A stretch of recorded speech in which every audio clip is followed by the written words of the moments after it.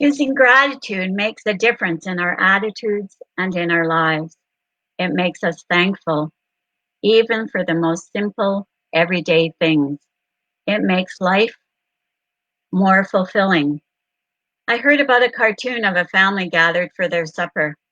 The father said to the mother, I don't want to complain about leftovers again, but haven't we already said grace over this meal 3 times already?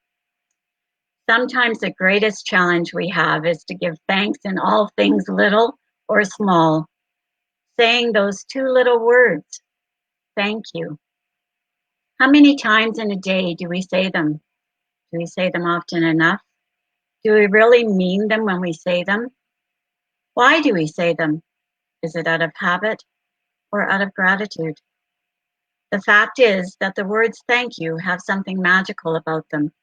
Like when we say, I'm sorry, they're just words, but oh, they are so much more. The words thank you shows our appreciation and expresses our gratitude when we say them. But more than that, they are a sign of respect to the person who has helped you or given you something. It is an indication you do not take them for granted, an acknowledgement that they matter. And that is why saying thank you is so important.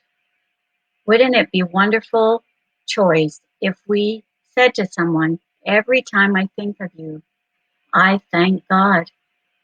That's choosing gratitude. We have much for which to be thankful. We want to be the kind of faithful friends and role models for which others will be thankful for too, and that they will want to choose gratitude too. Choosing is like taking a closer look at what we are grateful for and how we look at it, things around us. Some examples are, if you look at the sunset, do you only see the disappearance of daytime? Or do you choose to see the darkness opening the splendor of the stars and the moon in the sky? To see God's wonder. If you look at illness and disease, do you only see the physical ailments or decline of health? Or do you choose to look at it as a way to bring wisdom to our doctors and our health system and how to care for one another? COVID-19 is a good example of this. Yes, it's a terrible virus, but do we choose to see how the provinces come together, showing kindness, teaching, and learning how to live in a different, normal kind of times? If you look at a broken relationship, do you only see harsh endings? Or do you choose to see that you are being strong and that it is a beginning, a new beginning, and a time for new growth? If you look at lost dreams, do you only see disappointment and doubt? Or again, do you choose to see new stuff, new beginnings, exciting times ahead? If you look at the death of a loved one, do you only see sorrow and sadness? Or do you choose to see that love lives within your heart forever? If you look at the earth's pain and all the creatures suffering, do you see only despair? Or do you choose to see the hope and compassionate care that so many bring to God's creation? If you look at yourself, do you see an unhappy, tarnished person? Or do you choose to see all the goodness that you bring to others around you? Is it the kindness that you share or the smile that flashes upon your face? It's like goodness shining throughout you. If you look for God, do you see only unresolved questions? Or do you choose to be astounded by the divine love that surrounds us, knowing that God's love is available to all of us, no matter what? It is a fact sometimes it's hard to be grateful, especially if life is taking great pleasure in putting challenges in our path. Sometimes it's hard not to be in a dark place, but we need to find that spark of hope within ourselves so that we can be grateful. Studies show that gratitude has lots of benefits to mental and physical health. They include things like higher levels of happiness and optimism, improved sleep, less stress, and improved ability to cope with stress, fewer physical problems, reduced depression, less aggression, increased self-esteem. I want to share with you some ways to kickstart your gratitude and positive attitude. These come from the 5 inspirational ways to gain greater gratitude by Kelly Wheeler in a book called The Way of Gratitude. The first one is to change your perspective. Mother Teresa says, "Yesterday is gone. Tomorrow has not yet come. We have only today. Let us begin." This is the easiest thing to change. With daily stresses and frustrations, it's easy to fall into a rut of thinking negative. But what if we changed our way of thinking and only thought positive thoughts instead? Make it a habit.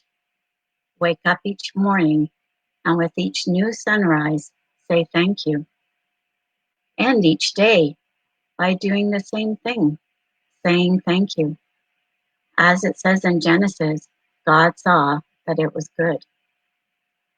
Perhaps around the dinner table, you could reflect upon your day and share one thing about the day that you can be grateful for. Appreciate that while every day may not be good, there is always something good in every day. The second way is interact with people. Again, Mother Teresa says, "Let no one ever come to you without leaving better and happier." Be the living expression of God's kindness. Kindness in your face, kindness in your eyes, kindness in your smile. Have you ever complimented a stranger? But it doesn't need to be just a stranger. Have you complimented them out of the blue? You almost always get a surprised, happy look. And probably those 2 little words are said too. Thank you. Choosing simple kindness spreads joy and gratitude. Try it. You won't be disappointed. Even a smile is a simple way to make kindness contagious. Easy to give, easy to receive, and there are no strings attached. When you feel grateful for something or someone in your life, perhaps write it down and pop it into a gratitude jar. Make it a ritual to sit down together and read about all the things in your life you have to be grateful for. It's a great way to connect together and express your appreciation and gratitude for each other. Or perhaps you would prefer to have a gratitude journal. Writing down the things you are grateful for is a great reminder when we are having a bad day. Another way is to do good works.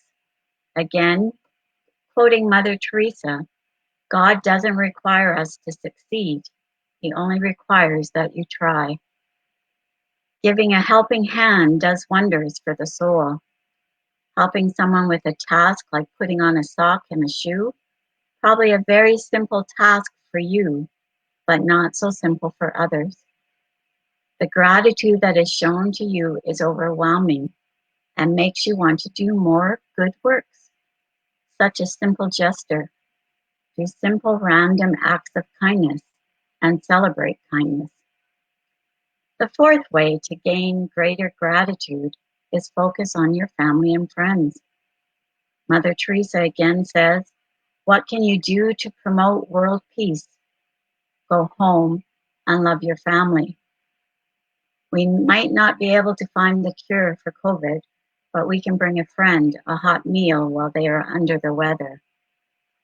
Might not be able to solve all the worldly traumas, but we can support the environment around us and make it a safer place for those around us. Sometimes making a difference in the world just means making a difference in someone's life. And the final way is love yourself. Mother Teresa says, be faithful in small things because it is them that your strength lies. Sometimes you might be feeling like you have given so much to others. You're always the one to care for someone who is called upon to help with this or that. Your career is taking too much out of you. Your home must stay afloat. You are always volunteering.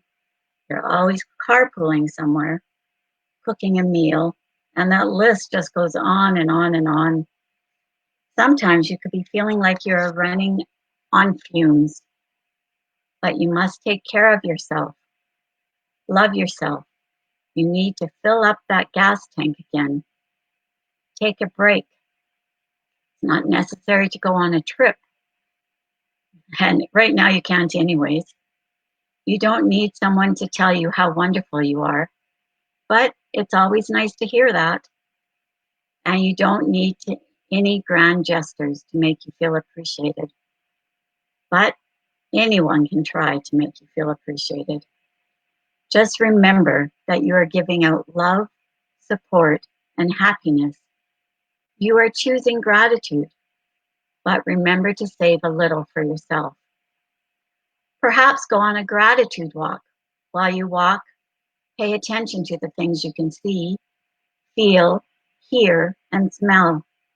Notice the small details and express your gratitude for them. Things like the sound of birds singing, the warm sun on your face, the smell of the beautiful flowers as you walk past. All the things we heard in the song we sang earlier. By the time you return home, your gas tank will be absolutely full to the brim with appreciation for the world around you. There's no better way to make a difference and to change your attitude towards gratitude than to be thankful for yourself. Being thankful is a time to look at our lives for love, peace, and strength. Look deep within our souls. The more we trust, the more we choose to practice gratitude, then gratitude will be the song we sing every day. Think for a minute about what struggles you have in your life. Perhaps instead of looking at the negative side of the struggles, choose to look at the other side and find some goodness in it and find the peace within. That is choosing gratitude. Make gratitude a habit and it will continue to shine within you and from you. In the scriptures that Beth Ann shared, Paul says, I have learned to be content with whatever I have. I know what it is to have little, and I know what it is to have plenty. In any and all circumstances, I have learned the secret of being well fed and of going hungry, of having plenty and of being in need. I can do all things through him who strengthens me. The secret to life is thanksgiving, to live with an attitude of gratitude, knowing that God is in this place and knowing that God is with us whether we know it or not. Choosing gratitude makes a difference in our attitudes and in our lives. It makes us thankful, even for the simple, everyday things. It makes life more fulfilling. When we pause to give thanks and show gratitude, we bring joy and peace and contentment, not only to us, but to those around us. Two very simple words, thank you.